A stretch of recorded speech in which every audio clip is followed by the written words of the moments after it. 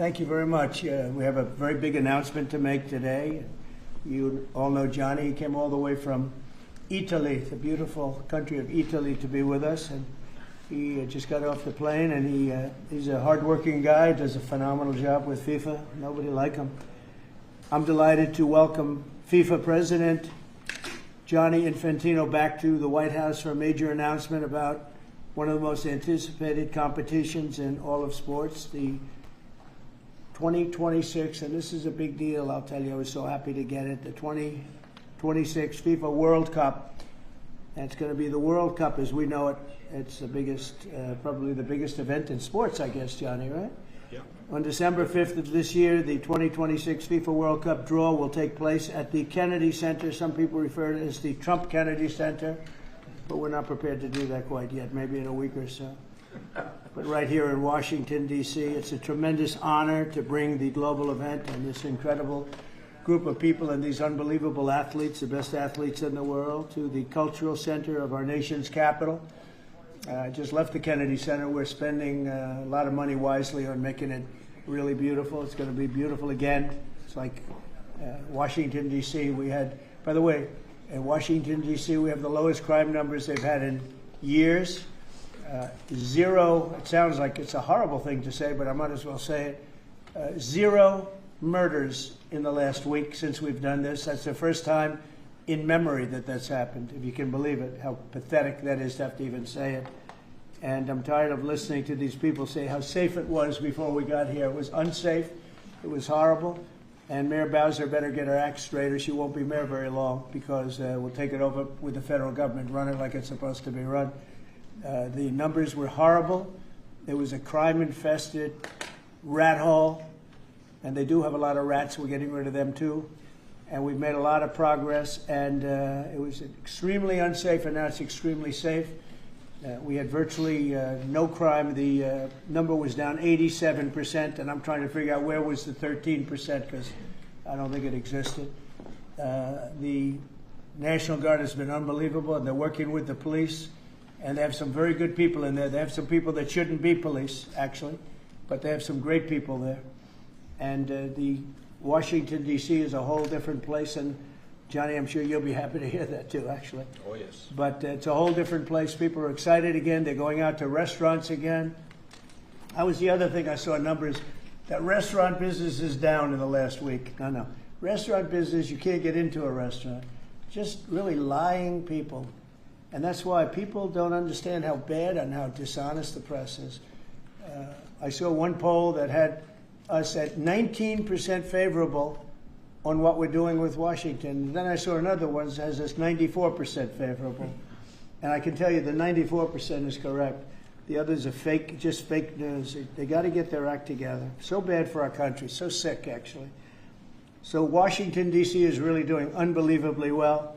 And the Kennedy Center that we're fixing, I was just there all morning with contractors. We're making it unbelievable. It's going to be unbelievable. It's got great bones, but it needs a lot of work. The World Cup draw will set up the group stage of competition. 48 teams will play in 104 games across 16 North American cities, from Seattle to Vancouver to Atlanta to Miami. It's going to be so exciting for our country. The 2026 FIFA World Cup will be one of the largest and most complex events. This will be one of the greatest events, one of the largest. In a way, it's like Johnny said it better. It's like having many Super Bowls in a short period of time. Because each one of these games essentially is a Super Bowl. Some of them are bigger than Super Bowls, actually. But they're essentially, each one of these games is like a Super Bowl. The 2026 FIFA World Cup will be the largest, most complex set of events in sports history. And the Kennedy Center will give it a phenomenal kickoff, and we'll be involved, and they'll be working over there for quite a bit of time. We have it all set that they can stay there for the big events, the big press conferences and everything else. And they'll be in a very safe capital. That will be nice. You don't have to worry about walking down the street, Johnny, okay? Thank you. But you could handle yourself. I could. Okay. Already, FIFA is projecting 6 million loyal fans will attend the World Cup events next year, and 6 billion more are going to be watching back home, and they think the $6 billion number is going to be actually a low number. And this will drive more than $30 billion into the U.S. economy and create 185,000 American jobs in a short period of time, too. No sporting event attracts more attention, more fans, more viewers, or more revenue than the FIFA World Cup. And again, I'll just say it's the World Cup, and it's the biggest thing there is in sports, and we have it. And I got it in my first administration, and I was really somewhat devastated, as devastated as I can be. I don't have time to get too devastated. I was very happy that today, as you saw, the group that does this, a government group, radical left group, announced that Trump was right, took in $4 trillion worth of tariffs, that the $4 trillion are going to reduce the deficit by numbers far greater than they ever expected or heard of.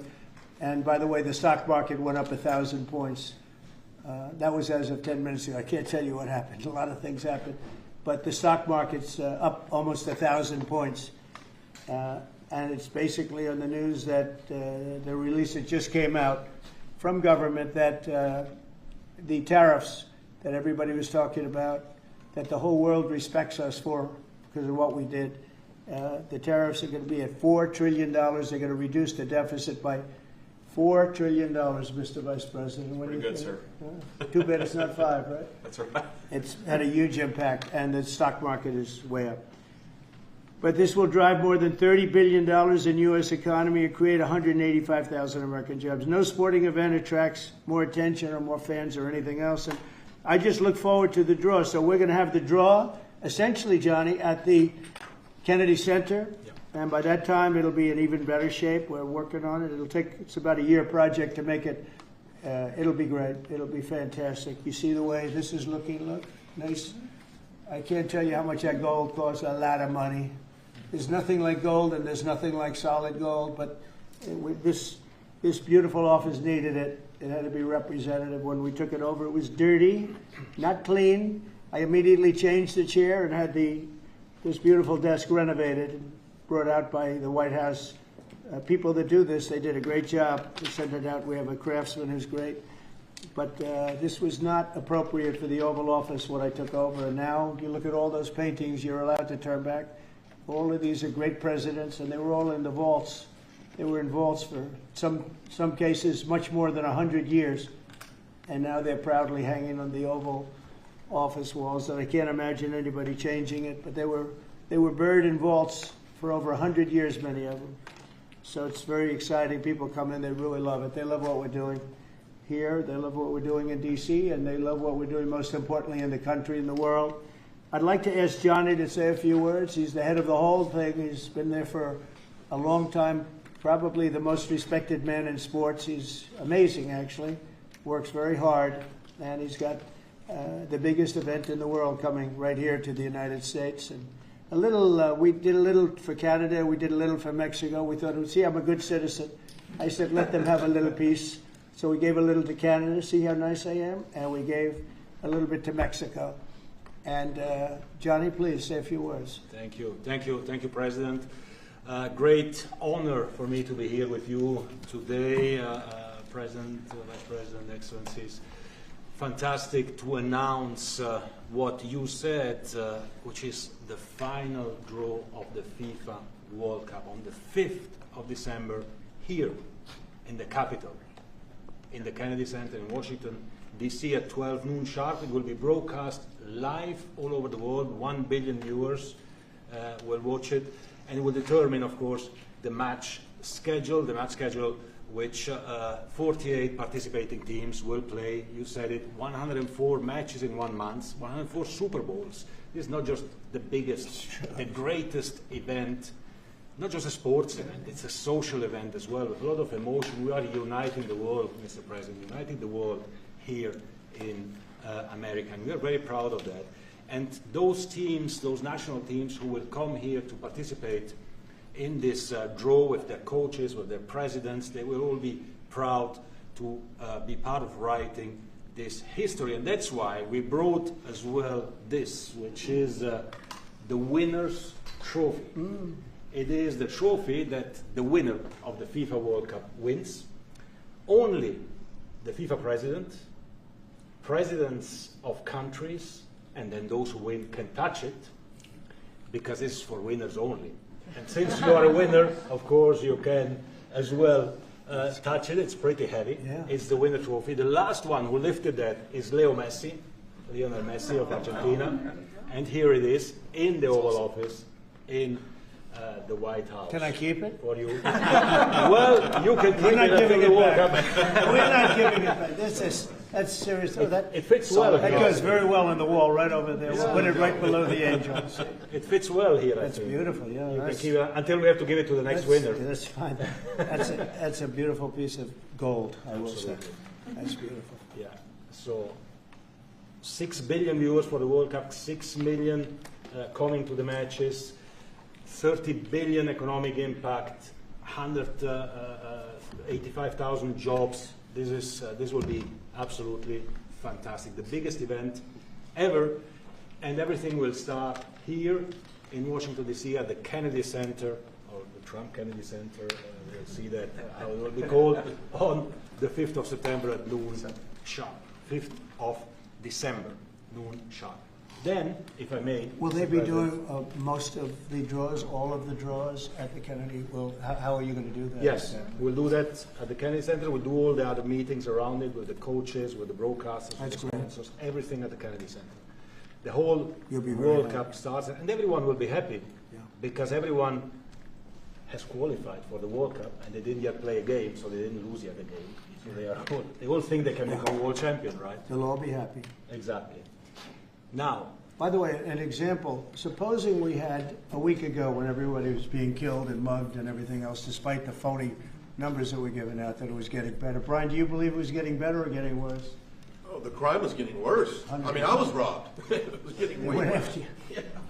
How did the other guy come out? Well, he came up with a briefcase. Came out with you. Yeah. So, Robert 1, Brian 0. No, but can you imagine you do this and then you start hearing that they had a 20-year reduction of crime.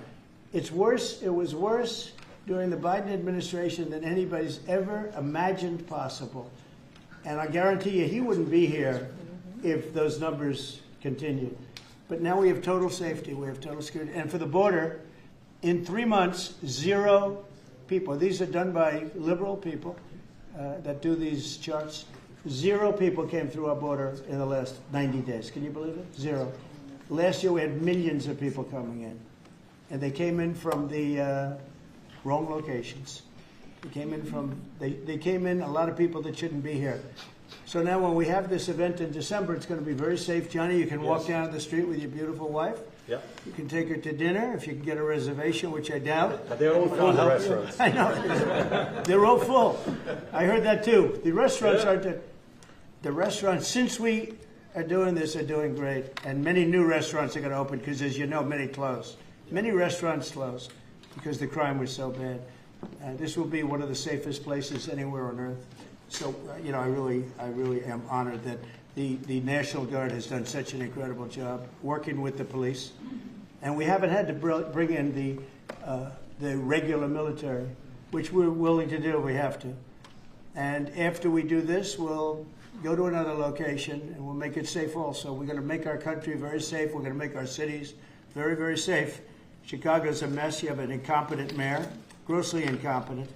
And we'll straighten that one out probably next. That'll be our next one after this. And it won't even be tough.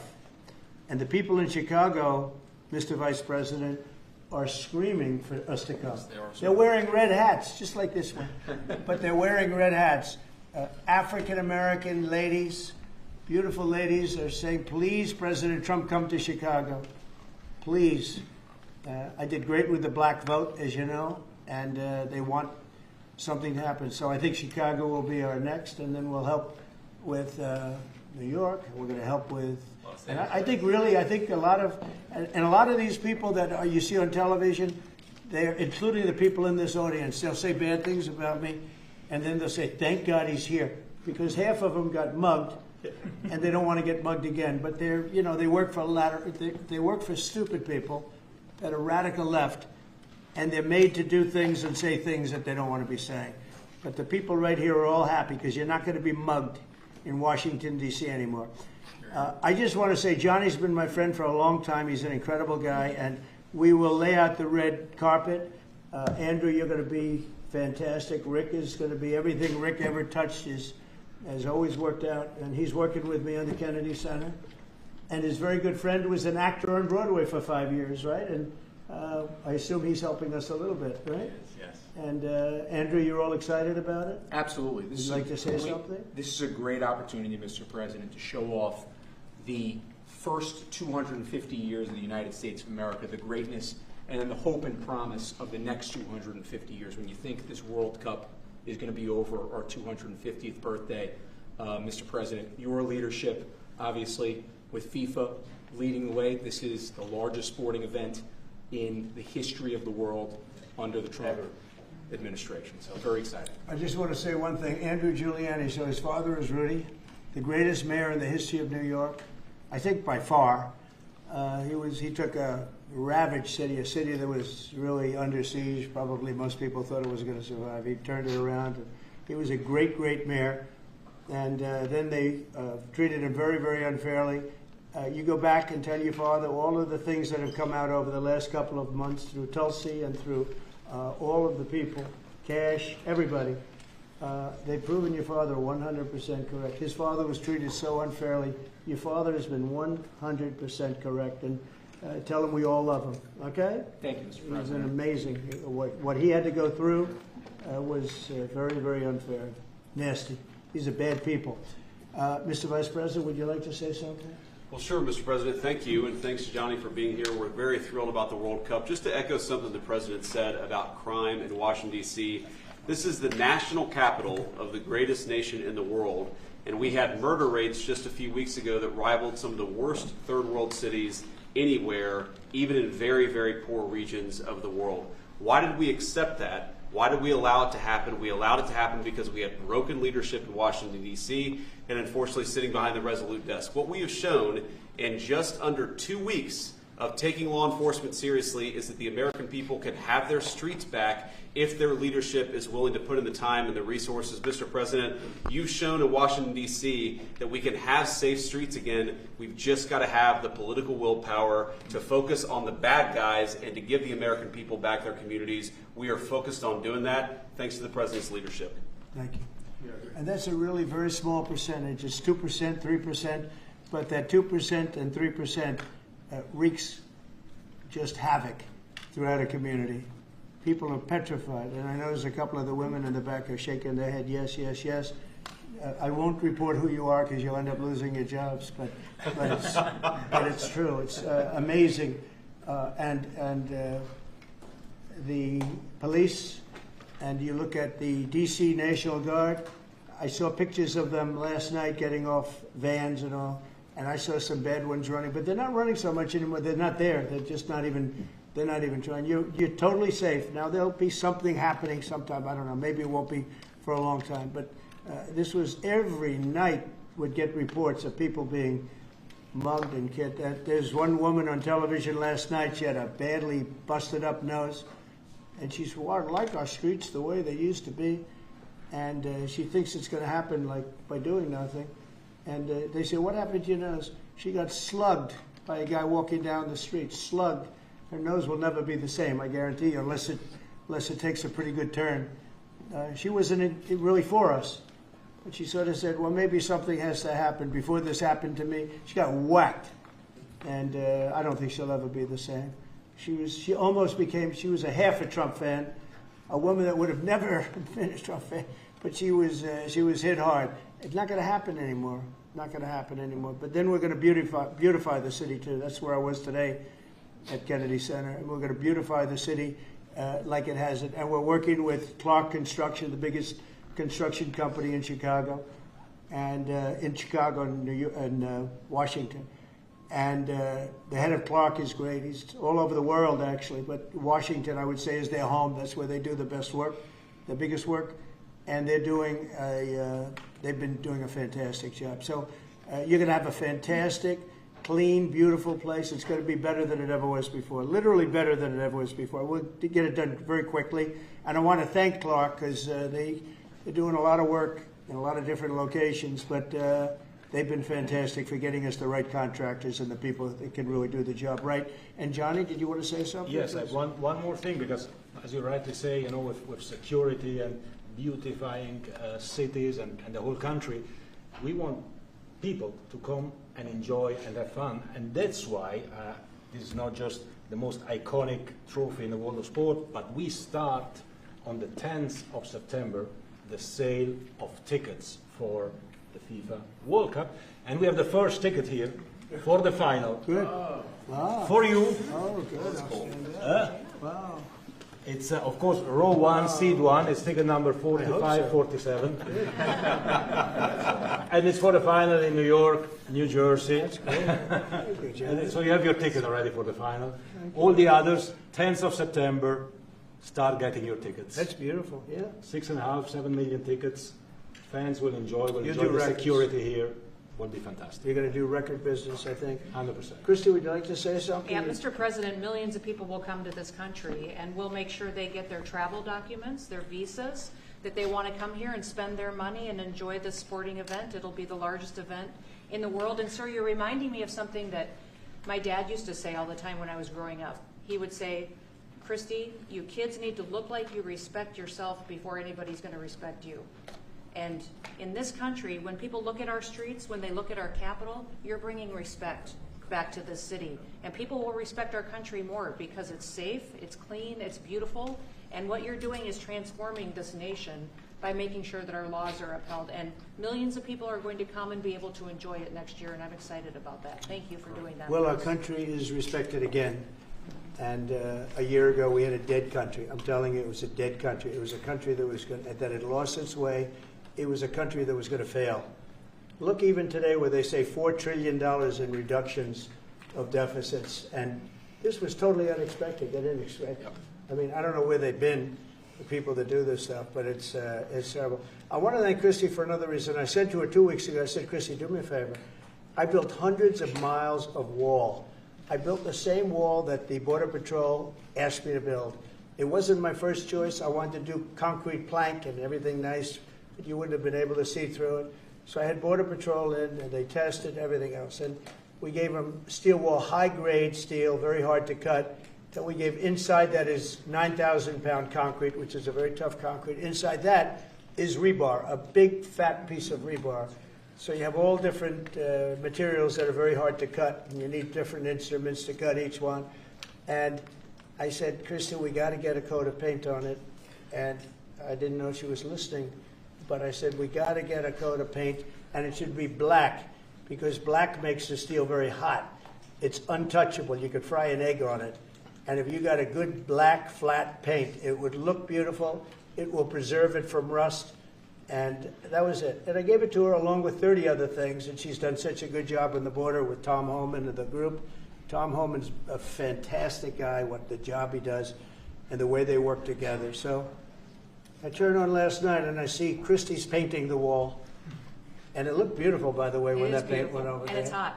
It's hot. Yes, it is. It's hot. If it's white, it's not hot. If it's black, it's going to be very hard to climb that sucker. It's not going to be easy.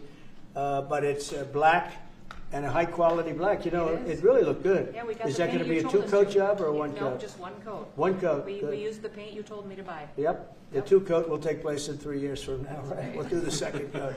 But it looks beautiful. But thank you very much. I didn't know you were listening to that, Absolutely. because we I'm talked always- about 7 different subjects, and all of a sudden I see her out there painting with a lot of painters and everything else. But it was a beautiful thing to say.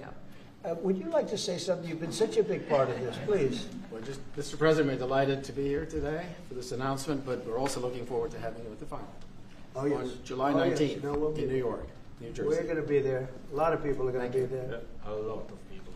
I'd like to thank you all. Do you have any questions on FIFA, first of all? It's going to be a big event at the Kennedy Center. Do you intend to take part in it? Will you have a part to play on December 5th?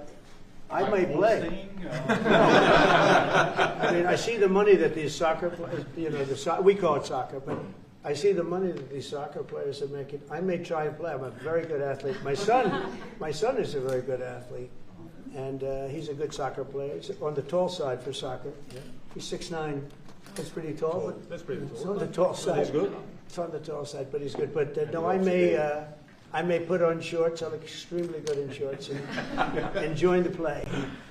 No, it's going to be a lot of fun. It's going to be good. Many foreigners who want to come to attend the event are concerned about the visa situation. Can you reassure them? Yeah, and they're going to have a very easy time getting in. Certain countries are going to be very, very easy, and other countries are going to be obviously a little bit more difficult. Would you like to explain that, Kristen? Yeah, absolutely. We have a process set up that we'll be implementing on getting visas approved. Everybody will be thoroughly vetted, but they'll be welcome to this country. It'll happen quickly, and we're excited for them to come. So I would hope that around the world people know that the United States is excited to bring their family here to enjoy this event.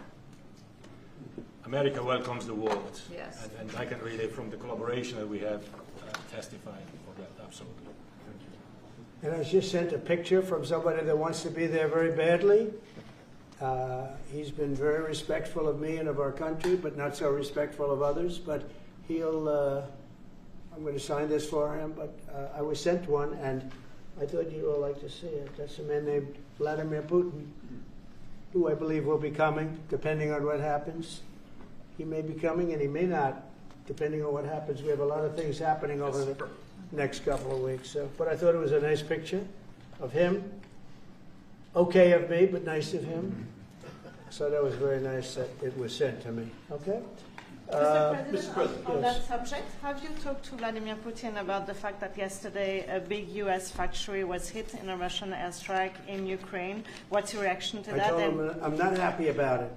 And I'm not happy about anything having to do with that war. I settled 7 wars, and actually, if you think about pre-wars, add 3 more, so it would be 10. I thought this would be in the middle of the pack in terms of difficulty. No, I'm not happy about anything about that war. Nothing. Not happy at all. We'll see what happens. I think over the next 2 weeks we're going to find out which way it's going to go. And I better be very happy. How long are you willing to wait, A Mr. very good President? call with Prime Minister Carney of Canada yesterday morning. Yes. Actually, Canada is taking away some retaliatory tariffs. He's so- removing his tariffs, yeah. Exactly. He's removing his retaliatory tariffs, which I thought was nice. And we're going to have another call soon. Okay. Yeah, we had a very good call. You're getting closer towards an Well, I agreement like him. country. I like him. You know, look, I'm fighting for the United States. Canada and Mexico have taken a lot of our business over the years, over 25, 30 years, especially during the Biden years. They took a lot of our business, and it's basically all coming back into the United States now. We're hot as a pistol, and it's coming back in. Because of tariffs and the incentives we give, it's coming back. And it's impossible, I think, for another country to stop it. And we are working on something. We want to be very good to Canada. I like Carney a lot. I think he's a good person. And we had a very good talk yesterday. So I think it'll be good. Mr. President, I have a question about the search of Ambassador Bolton's home. The Vice President recently just did an interview saying that it's about classified documents, but that there's also broad concern about him. What are the concerns Well, that I you haven't have? spoken to Pam and the group yet, but I will be. I saw that just like everybody else. I try and stay out of that stuff. I'm allowed to be, and I'm chief law enforcement officer, believe it or not. You know, I don't like to go around saying that, but I am. That's the position. But I purposely don't want to really get involved in it. I'm not a fan of John Bolton. I thought he was a sleazebag, actually. And he suffers major Trump derangement syndrome, but so do a lot of people, and they're not being affected by anything we do. I don't know anything about it. I just saw that. I'll find out about it. But if you believe the news, which I do, I guess his house was raided today. But my house was raided also, Paul Mar-a-Lago. They went through everything they could, including my young son's room and my wife's area. They went through her drawers, as the expression goes.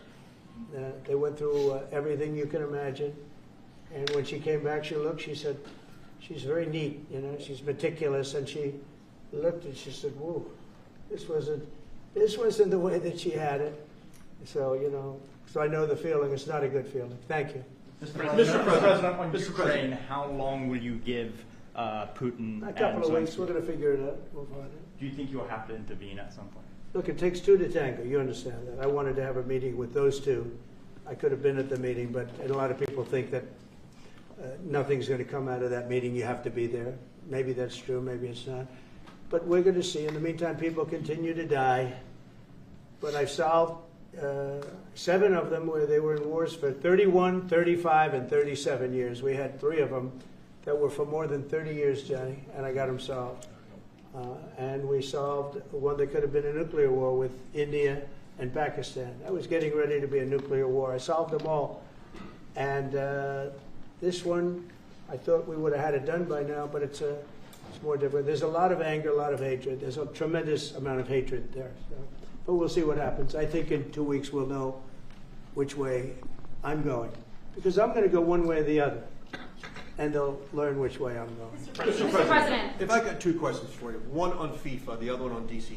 Can you talk about the economic impact that FIFA will have in these cities, and what's your message to the mayors to get their cities prepared, not only the beautification process, but also the safety aspect? Well, Los Angeles is an example. You know, it's poorly run. We have a mayor there that can't even get permits to the people that lost their houses.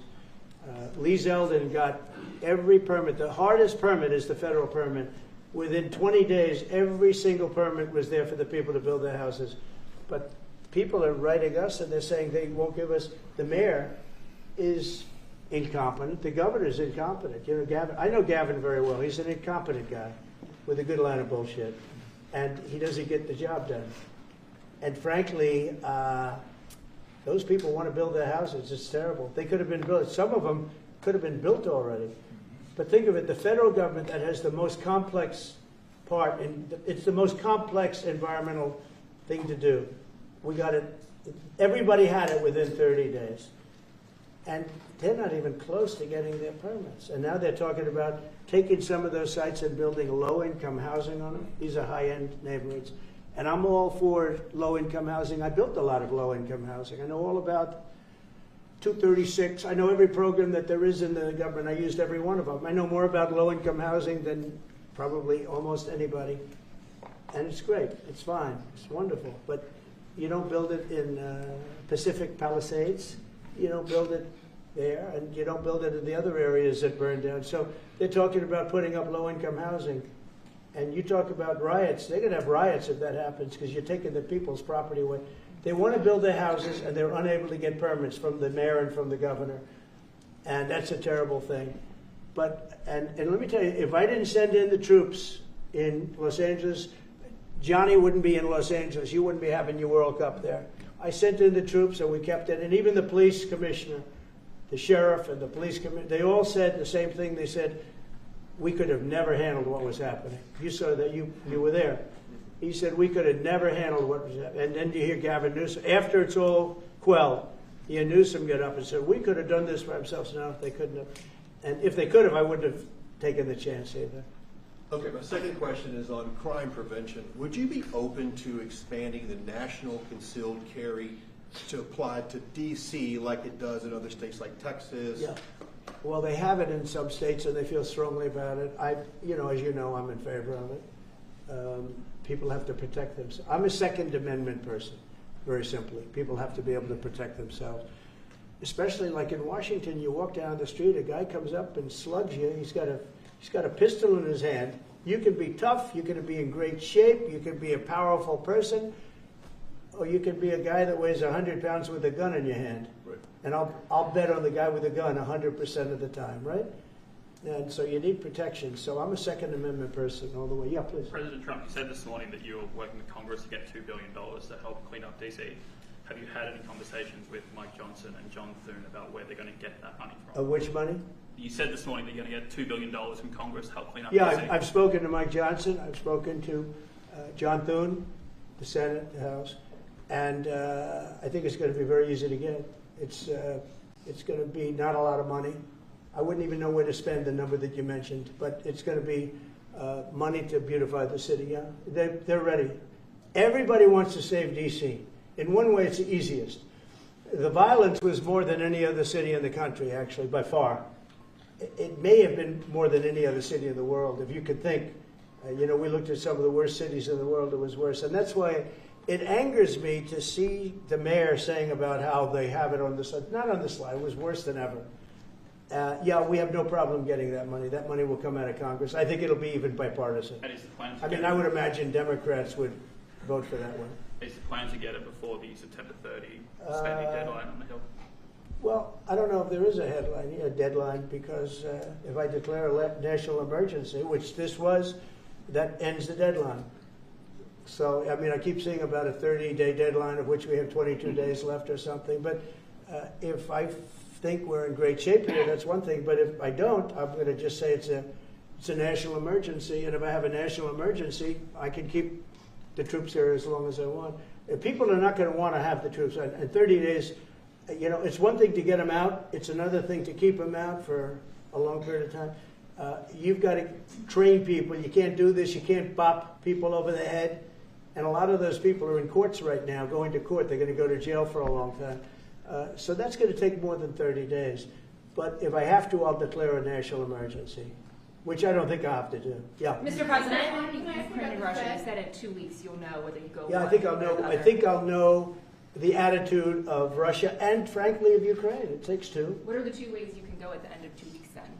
Well, then I'm going to make a decision as to what we do.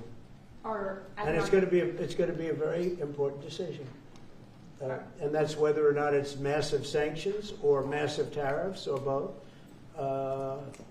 Or do we do nothing and say it's your fight? Look, I would have never been in this war if I were president. You wouldn't have had this war. It was never going to happen.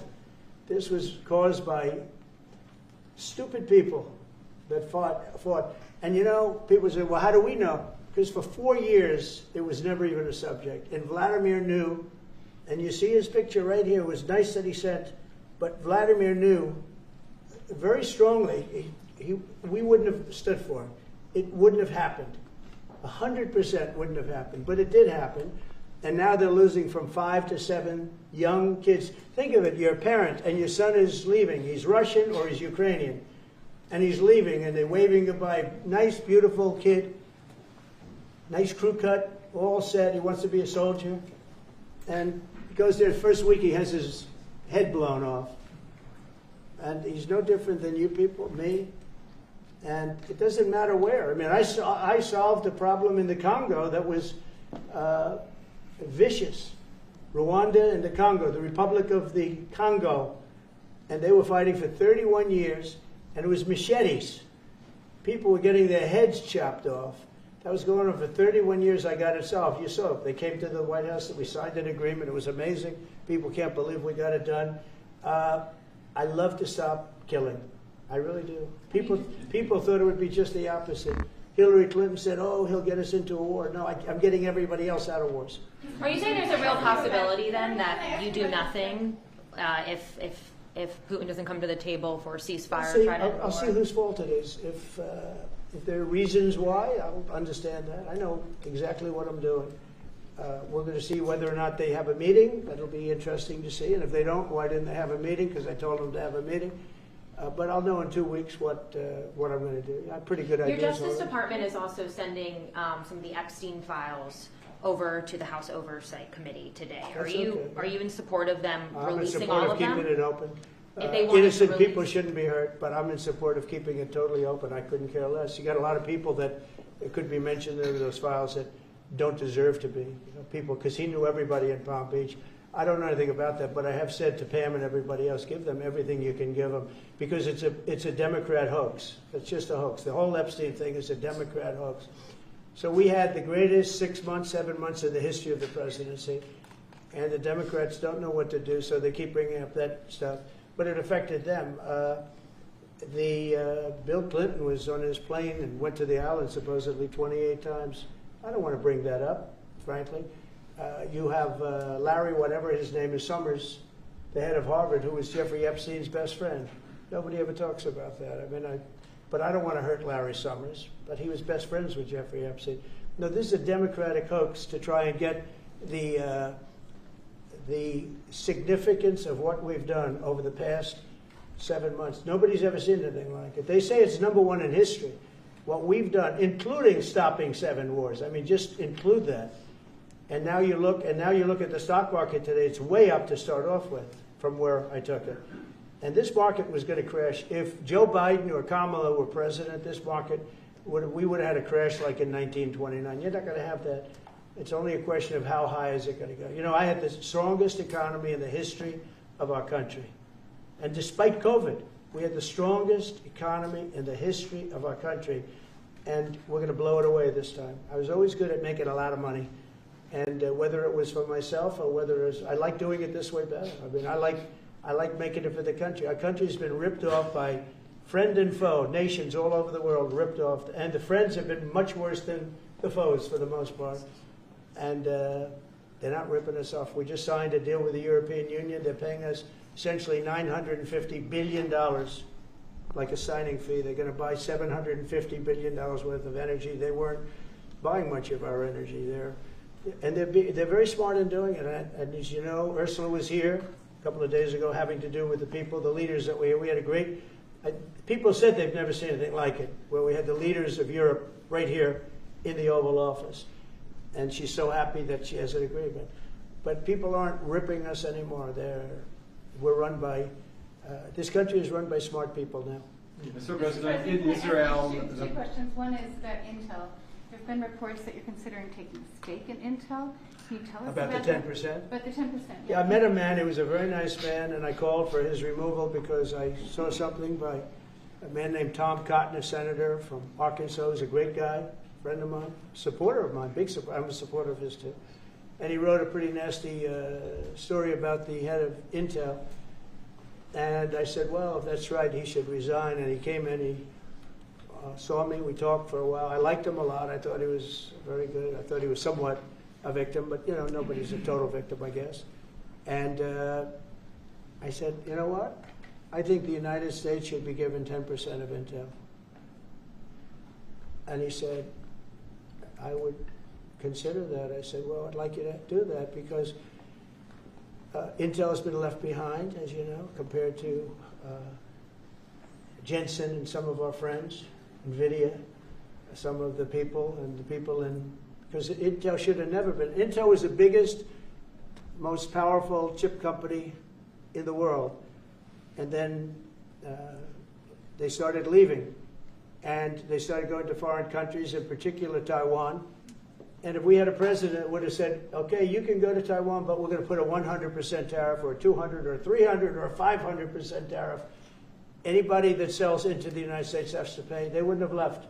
They would have never left, and we wouldn't have. So in the meantime, we had people that were, in some cases, good politicians that weren't good on trade. I loved that man, but he was not good on trade.